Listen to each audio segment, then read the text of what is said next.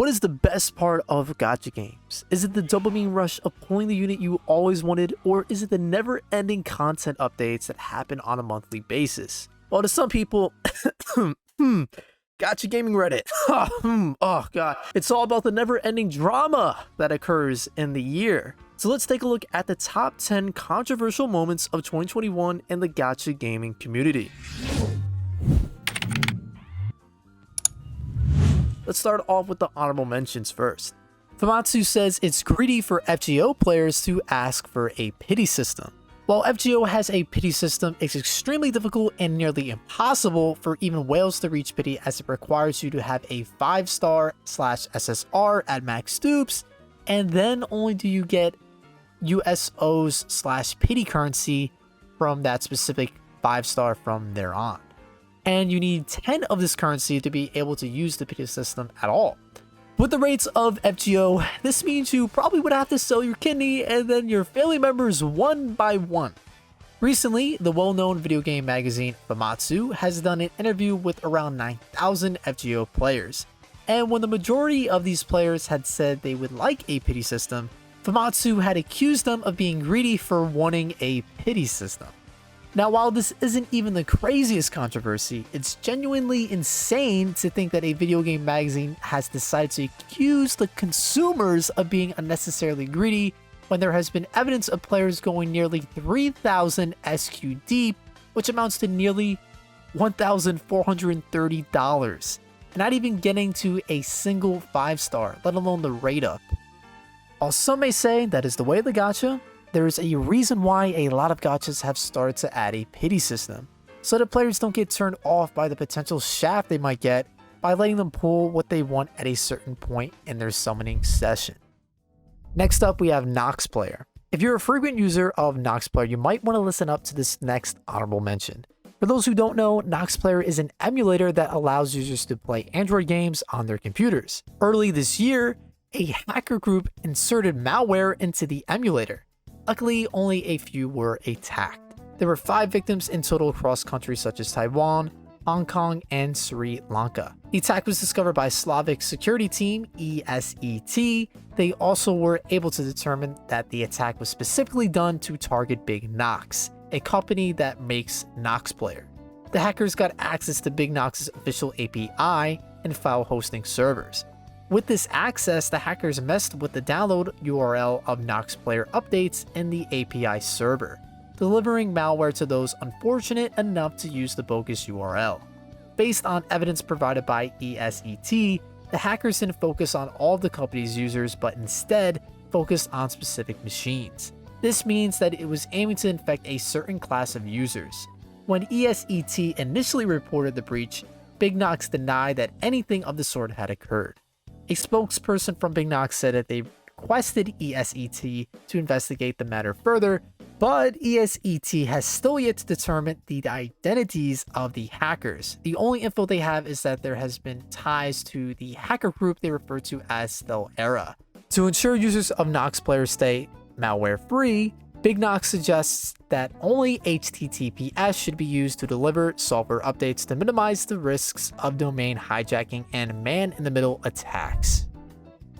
Lastly, for honorable mentions, we have Girls Frontline. For Chinese servers, the game had some artwork removed. The speculated reason why is that the artwork of the units was seen as too lewd, and what happened with Azure Lane. In Azure Lane, a mobile gacha where you collect battleship girls, there were characters that were removed due to their lewd nature. Basically, this means that new players on the Chinese version would be permanently locked from ever acquiring the characters that were taken out.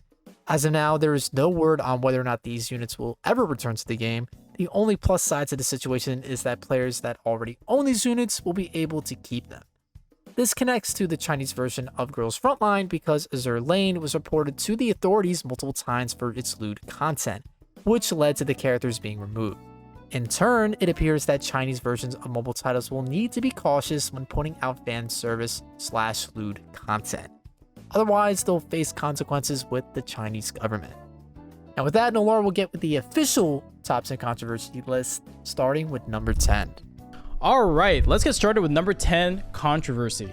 In 2021, Marvel Strike Force, Scopely formerly ran by Foxnet, has had their fair share of controversies. The first one was the Lunar New Year event. Scopely put out a quote-unquote rewarding event, which had individual players spend power cores, the game's premium currency, which provided orbs to rank up in an event. Not only did this quote-unquote spending event reward individual players with coveted gear, gold, and character shards, it also featured a cumulative alliance milestone structure as well. In essence, if you didn't whale out or weren't in an alliance with whales, good luck getting those amazing rewards. This is the final straw that broke the camel's back, as numerous issues had been building for the past few months, such as the gold crunch, the gear crunch, too many character releases, not enough farmable characters released in a timely manner, lack of attention to detail on notices, real-time arena being more of a waste of our time with each update, doom rings being catered to the top 0.1% of the player base, etc, etc, etc. In a concerted effort to review bomb the game to get the publishers to notice, Reddit and the top alliance were determined to make #FixMSF work. In response, the developers squished the milestones to make it more feasible, a measly 3,000 power cores instead of 5,000 to get all the rewards, and they put out a blog post noting some issues and vowed to have fixes implemented in 3 weeks' time. At the moment of the release, didn't temper many people's anger, but the last time the Fix MSF movement gained traction, the proposed solutions already seem to be things the devs and publishers are going to do anyways. We'll see if Scopely can quell the people, as Krakens, whales, and content creators are all up in arms with the tone-deaf actions and responses.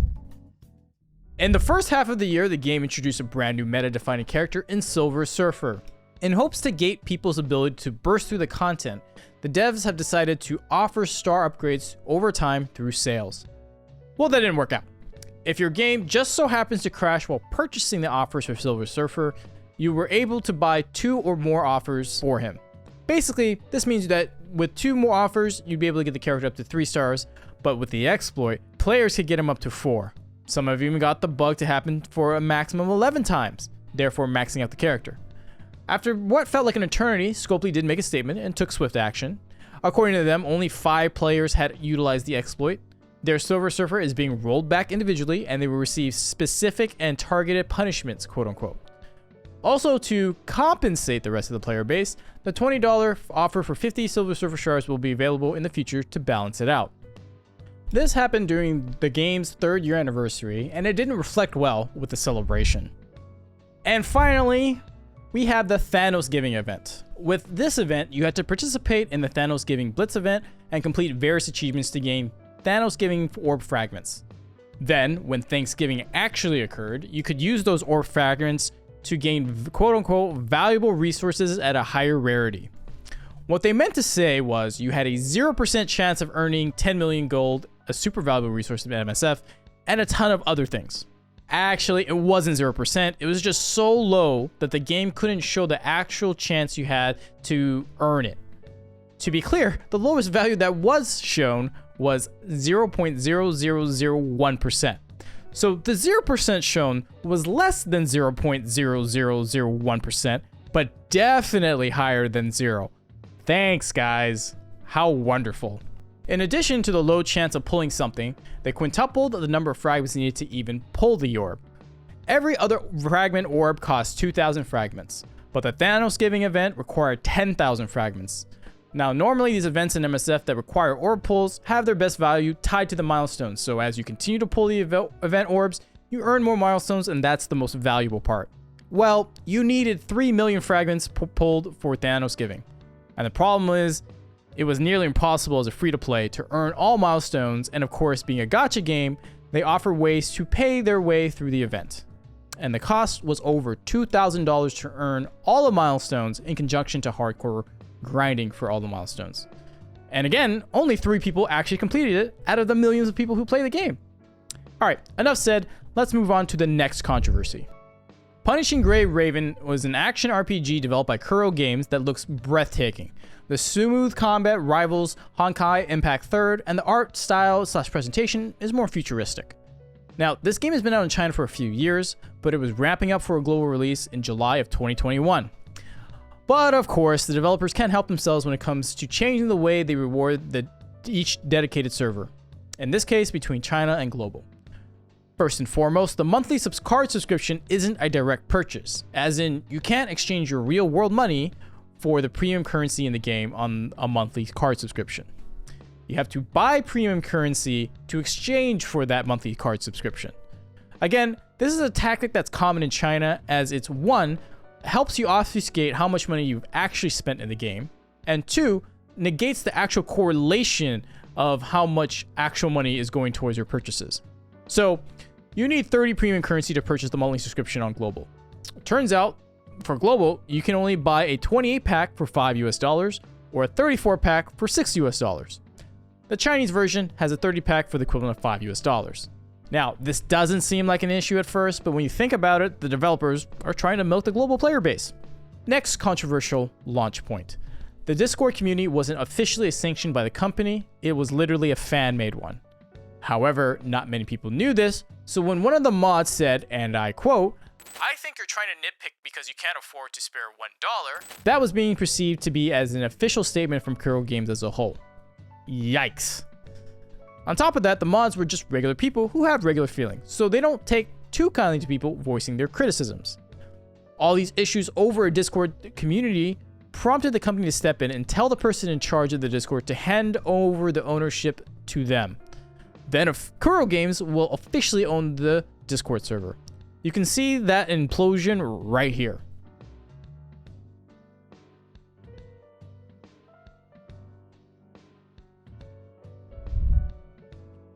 Alright, let's go to number 8. We have Disgaea RPG. Now, I am new to the Disgaea franchise, but I do know it's well beloved with some of the people here at 5.9. Brad. Well, a nice way to put the global launch for Bullet Trend is rocky at best. Normally, from other competent developers and publishers, if there is a game-breaking issue, they would take the game down for maintenance and fix the problem. However, Bullet Trend decided to do a server rollback live, which caused players to lose the grinding time, the reincarnations, the character roles from the gacha. If you top up during this period, they'll try to manually verify the purchases, but they didn't get every single one right, according to anecdotal reports, so some people lost their money. Connection issues also play the game, so that logging in meant your account could have been at the state where you last logged off, or from like 3 hours ago with all your progress reset. Compensation was 6,000 gems and some stamina pots, but most importantly, they will have a new summon banner that you can summon using free gems.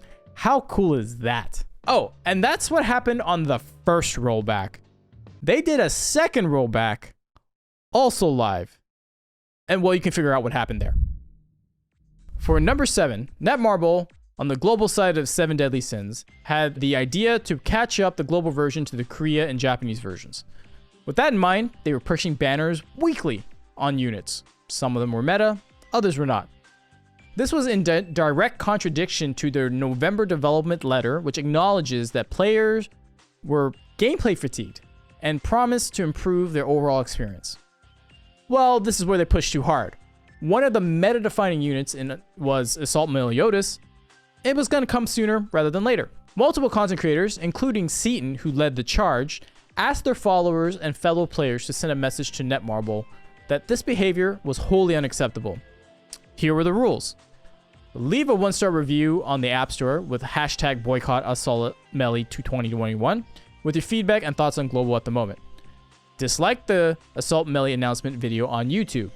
Don't summon on the Assault Meliodas banner. And of course, don't harass or bully anyone that chooses to summon on this banner, because the frustrations are with Netmarble, not with the people who are playing the game during the pandemic, where 7 Deadly Sins is an outlet for them and a stress reliever. With the intense pressure, the reviews reached as low as 2.3 stars as shown here, but anecdotal evidence says it reached as low as 1.4. Now, the reason review bombing has the opportunity to work is that new potential players who are interested in the game will frequently look at the average review score to get an idea if this is worth their time. If it's highly rated at 4 stars or above, they will download the game and try it out. However, if the game is poorly rated, they just go back out and look for hundreds of other games to play. Netmarble saw the immense pressure on YouTube and social media that they eventually caved and delayed the pending release of Assault Meliodas. However, this turned out to be a bad thing since the global player base wanted Assault Mode Meliodas to have a long period to shine, but the ultimate counter, known as the One, was released not too far after him, so yeah, it was not a good look overall. At number 6, Exos Heroes. Exos Heroes is a beautiful turn-based RPG from Line Games. It was released over a year and a half ago as of this recording, and has had some serious issues through its lifetime. To put it succinctly, the game has had lots of power creep features released over its lifespan that is virtually impossible for any new players to catch up competitively in a reasonable amount of time. This also includes brand new whales because the systems are all time gated. As older players quit the game, the new players could not replace them in the guild and PvP scene, so the game was slowly dying. Therefore, the developers decided to change a lot of the systems, like making equipment be a grind with RNG main stats and substats, similar to Genshin Impact or Epic 7. Overall, players were equating this reboot in Exos Heroes to Final Fantasy XIV: A Realm Reborn, hoping that it would catch fire like FF14 did. Well, turns out existing players having their progress reset so new players could compete wasn't a popular move. Who would have thought? On top of that, there's almost 24 hours of maintenance, with the compensation being a third of a single pull. The game is still overly buggy with an awful new UI. Everyone's kits were completely changed, such as passives being removed, and the new artifact system is just an excuse to resell you old skill passives they removed from the existing unit. So in order to get your previous beloved unit that you pulled before to the same powerful level as before, you would need to pull again for the artifact, which has the same rate as pulling a character. Yeah, so it's easy to understand that the majority of veteran players were really unhappy with these changes. Number 5. This next controversy blew up the gacha community when it happened. Super Prism, the makers of Illusion Connect and SNK All-Stars, released the game King Sense, a strategy RPG with decent gameplay and great art, all the way back in late May of 2021. Let's talk about the issues surrounding the launch. The NA and EU launch. Right off the bat, North American servers were unplayable. 4 hours of maintenance at first, then 1 or 2 more hours after that, then the entire NA server is going to be rolled back to launch time? Yeah, all the way back. So anyone who spent time re-rolling, who spent any money, well, they're all screwed. Global gets the shaft again. There were 4 rarities in increasing order: R, SR, UR, MR. Base rates on Global are as follows: R is 39.5%, SR is 38%, UR is 16.5%, and MR is 6%. However, take these percentages and break them down 3 ways, because there are full character pulls, intel pulls, aka shards, and gear. Yeah, you heard it, it's a triple gacha game. That alone is a red flag. Now, there's an increasing pity system of 0.3% per roll after the 49th pull when you don't get a character. In China, Super Prism gave it a whole 2% increasing pity rate per roll after the 41st pull. So by the 59th pull in China, you'd have a 38% chance to pull an MR character compared to Global's 4.5%. Global shafted much? Disguising your publishing name. In ads, the King Sense at the time were advertising themselves as Chameleon Games. At first you're wondering, why the hell would they do that? Well, with their server rollbacks, the global shafting, and so much more, they wanted to distance themselves from the stink that was King Sense. What you see here is passing off the blame to who's at fault for a terrible launch. Their first in-game event. Oh man. Bribing players to give 5 stars on the Google Play Store and iOS stores. If the game got a rating above 4.0 by June 20th, everyone would get 400 core keys. If it was rated above 4.4 by June 20th, everyone would get 700 core keys. Let me be clear, you need 1,000 core keys to do a 10 pull. People didn't take to this event, so everyone started to review bomb the game for the bribe. And after being repeatedly reported to Google Play and iOS Store, Super Prism eventually took down the event and apologized for their behavior. After this disastrous launch, the game wasn't making any money. They tried to milk the whales, but didn't execute on their plan. And then, on October 22nd, just 6 months later, the game shut down. But this isn't the last scummy thing that Super Prism did.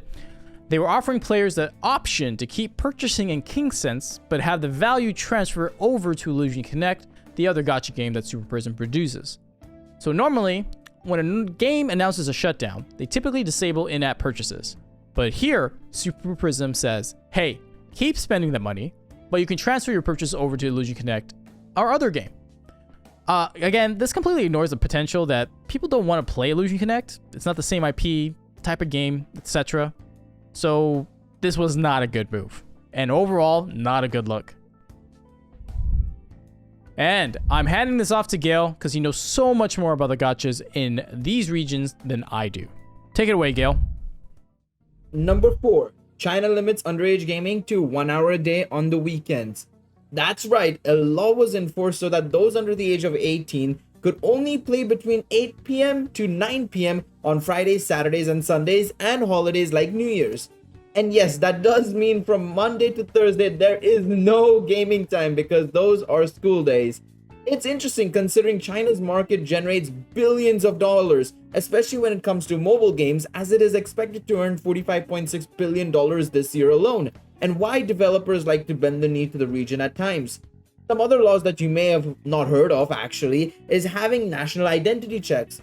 For example, Tencent implementing a facial recognition system and was featured exclusively for mobile games such as China's version of PUBG, Game for Peace. It primarily activates after a user plays for long periods through midnight or making large amounts of purchases and prompts the user with this feature. Number 3. Voice actors' personal life impacts professional life. This one is an interesting one because Ai Kayano, the voice actress mentioned in this situation, is known for some amazingly prominent roles such as Darkness in Konosuba and Alice in SAO Alicization. Well, she faced some massive criticism from the Chinese community after she visited the Yasukuni Shrine, a memorial dedicated to Japanese lives lost during various wars, some of them being war criminals, and described the memorial as being comfortable and full of fresh air. With this backlash on social media, Chinese developers YoStar removed Kayano from their games such as Azure Lane and Arc Knights, and Kuro Game did the same with their own punishing Grey Raven title. Number 2. Mihoyo founder assassination attempt. This one is a pretty disturbing one, so fair warnings to those watching and may want to skip to number 1. So this happened quite earlier in the year when a man from Shanghai was arrested for attempting to assassinate the founders of Mihoyo. It's crazy, but true. He somehow managed to infiltrate the Mihoyo building while wielding a knife, and this took place on April 24th. Thankfully, no one was injured in the building. You might be wondering at this point, why did he go to such an extent? Well, he was very upset with Mihoyo when they made the decision to remove the bunny costumes in the game, and while it may seem insignificant, there was massive uproar about this. These bunny costumes were going to be on every version except the Chinese version, and this was obviously down to the censorship laws in China. It said that they would be removing the costumes because of their inappropriate nature, and there was a big divide in the community because of this. Chinese gacha games will have more lewd content removed or censored due to the region's laws. This forces gacha developers to either make adjustments to the outfits for the CN version or not release them at all. In Honkai's case, Mihoyo decided to choose the second option. While not outright confirmed, it is possible that the man who targeted Mihoyo's founders tried to assault them over this decision, with it being one of Mihoyo's biggest controversies of the year. As a friendly reminder to all gacha players from us here at 5-9, whether you're a fish or a whale or you're upset with the decision made towards your favorite gacha, don't resort to violence. It never works. Trust me, it will never work, and it's not the right step. Players have every right to be upset, however, and have their voices heard, but sending death threats and going to such extreme measures is never the answer. Instead, use your voice in a more productive way, and with enough people saying the same thing, a change is bound to be made. Developers actually may listen more than you think, you know. Before we get to number 1 and top 10 controversies of 2021, we figured we'd bring it back to one more honorable mention. And this is about Genshin Impact taking down Honey Impact. Genshin has been a key figure in this list, and this time they went ahead and took down a database website called Honey Impact. This ended up being a roller coaster of a ride, as there were two sides of the coin. Was it right for Genshin to take down a website that consisted of data that actually helped players farm and know where items are available on what day? Or if Honey Impact was in the wrong for putting data and info about leaked information on their website? Now we know that the latter was the main reason why Genshin even hit Honey Impact, as websites such as the Wiki and so on did not get hit at all by Mihoyo's legal team, whereas the main website hosting a majority of the leaked information got hit. Honey Impact decided to respond to the cease and desist letter by defending themselves, and while, that's pretty fair, the reverts were quite weak, and in all honesty, they were acting as if the data mine info rather than the leaked info was the issue. At this point, the fanbase was on two sides. with some supporting Honey Impact and some saying Mihoyo was technically and legally in the right. This changed, however, when Honey Impact decided to abandon any moral high ground they had and decided to straight up insult the company and be effectively racist with the following footnote, and cause a massive amount of the fanbase to switch the side of Mihoyo and abandon using the website.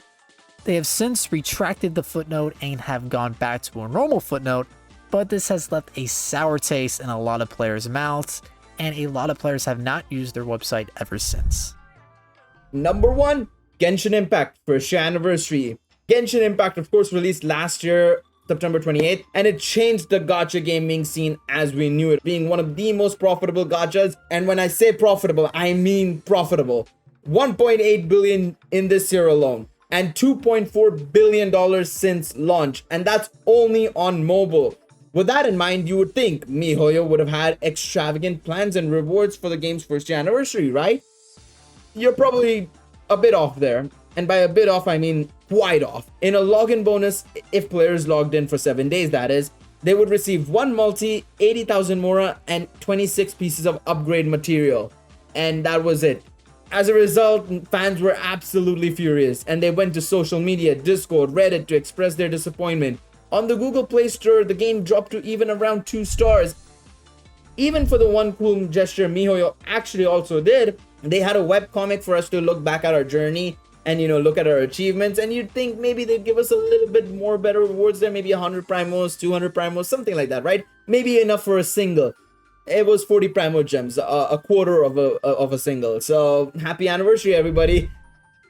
Putting things into perspective, for example, Genshin Impact's launch, right? The people received 10 acquainted fates, which is the standard gacha currency, and 1600 primo gems, which is enough for 2 multis. And then if you hit player rank 10, you got an additional 10 acquainted fate, which meant 3 multis.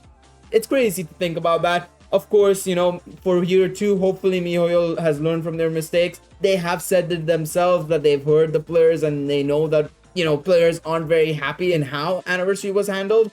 So let's see what happens. You know, a lot of people aren't holding their breaths for it.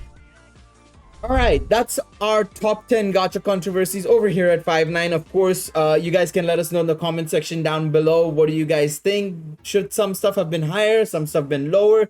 Should some honorable mentions have been in the actual top 10? It'll be curious to see what you guys think. But from, of course, Nolar, and Ironcane, thank you guys so much for watching. Leave a like on the video, subscribe to the channel. We will be bringing you guys more gacha content in this upcoming year. We're very much looking forward to it. And until then, take it easy, everybody. Bye-bye.